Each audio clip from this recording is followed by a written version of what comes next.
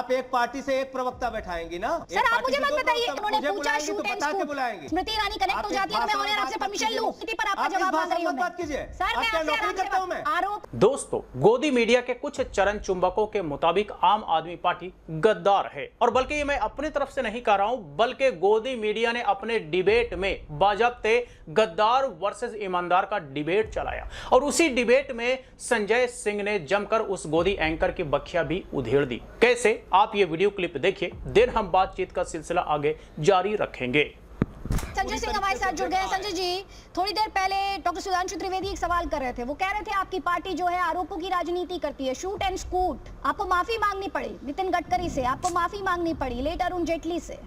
देखिए, पहली बात तो ये कि सुधांशु जी क्या करते हैं नहीं करते हैं, आप अपने चैनल पे तो न्याय कीजिए। एक पार्टी से दो प्रवक्ता अगर आप लोग बैठाएंगे तो ये आपके भी चैनल के न्याय पर सवाल उठेगा। एक पार्टी से एक ही प्रवक्ता, सुधांशु जी ने सवाल पूछा है, मैं जवाब दे रहा हूँ। पहली बात तो ये, दूसरा प्रवक्ता कहाँ है? हम आरोप दूसरे वो मिनिस्टर है सर, स्मृति ईरानी मिनिस्टर है, और वो कितनी देर के लिए आई है? मिनिस्टर है तो क्यों? ठीक है, और वो सवाल आपसे वो सवाल पूछ रही थी, और मैं तो चाहती थी आप जो सवाल उठा रहे थे उनसे पूछूं मैं। सर सुनिए मेरी बात, मैं तो चाहती थी आप ही चले गए इतनी देर में आप ही चले गए इस डिस्कशन से। आप ही के सवाल में स्मृति ईरानी जी से पूछना चाह रही थी। आप एक पार्टी से एक प्रवक्ता बैठाएंगी ना?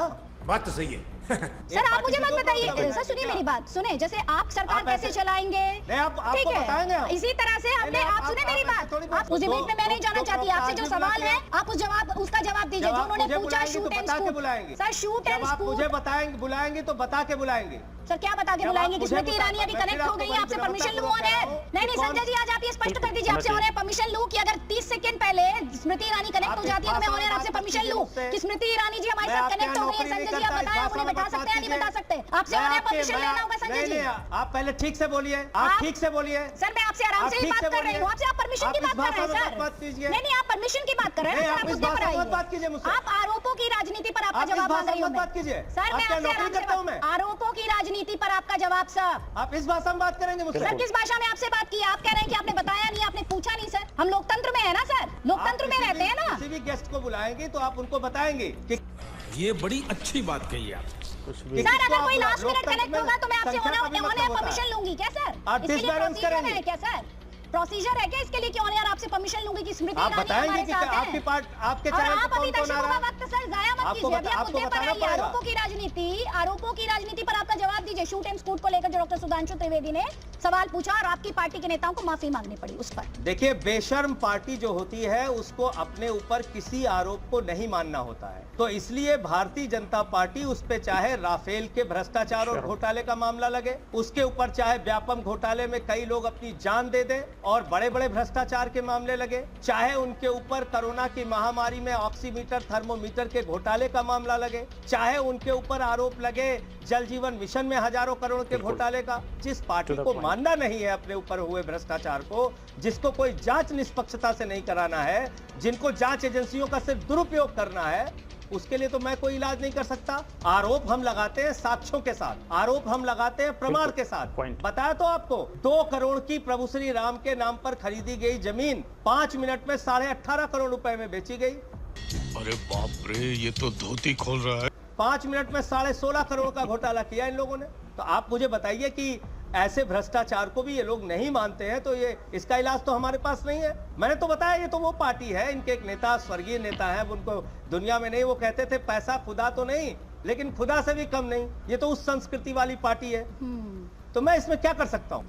पूरे देश में व्यापम घोटाला मशहूर हुआ, इनकी सरकार का, कई लोगों की जान चली गई, राज्यपाल के सुपुत्र की संदिग्ध परिस्थितियों में मौत हुई, लेकिन नहीं कुछ करना है तो आप क्या कर सकते हैं?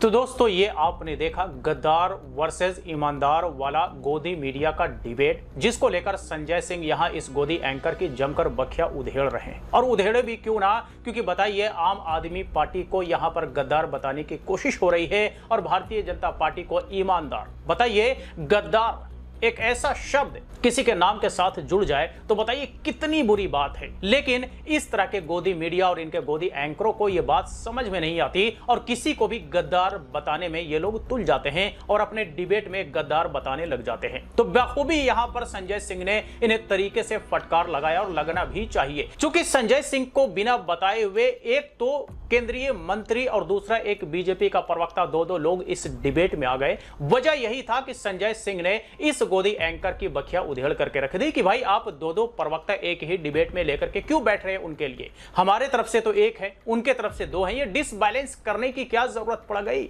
इस पर आपने यहां पर गोदी एंकर का सफाई देखा कि भाई मंत्री हैं तो हम उनको आपसे पूछ करके बुलाएंगे। भाई पूछ के नहीं बुलाएंगे तो कम से कम बताएंगे तो सही कि कौन कौन लोग इस डिबेट में ज्वाइन करेंगे। ये तो डिबेट का डेकोरम होता है। क्या इस गोदी एंकर को नहीं पता?